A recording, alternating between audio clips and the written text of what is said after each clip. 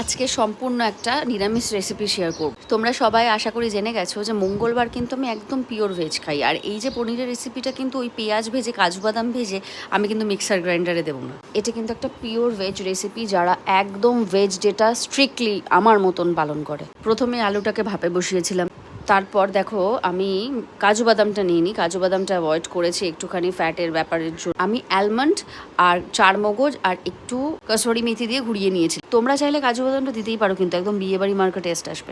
প্যানটাকে গরম করে টোটাল রান্নাটাই কিন্তু হবে বাটারে। পনিরগুলোকে মন মতো কেটে নিয়ে একটু ব্রাউনিশ হয়ে গেলে ওটাকে কিন্তু নামিয়ে দিতে হবে। জলে নামালে বেটার হতে পারে।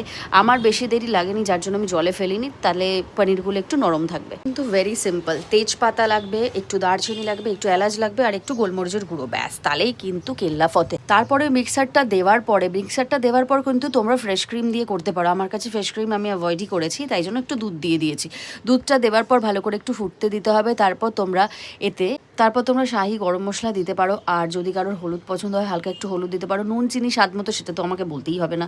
আর স্বাদ মতো লঙ্কা, তোমরা যেরকম যে ঝাল খাও। তারপর একটু ফুটিয়ে নিলেই কিন্তু কমপ্লিট হয়ে যাবে। আর ওপরে কিন্তু একটুখানি কাসুরি মেথিও লাস্টে তোমরা সার্ভ করতে পারো। আমি যেহেতু বাটার সময় দিয়েছিলাম, এমনি গন্ধ বেরোচ্ছে। রেসিপিটা ভালো লাগলে কিন্তু অবশ্যই লাইক, কমেন্ট, শেয়ার করতে হবে। লেখা হচ্ছে নেক্সট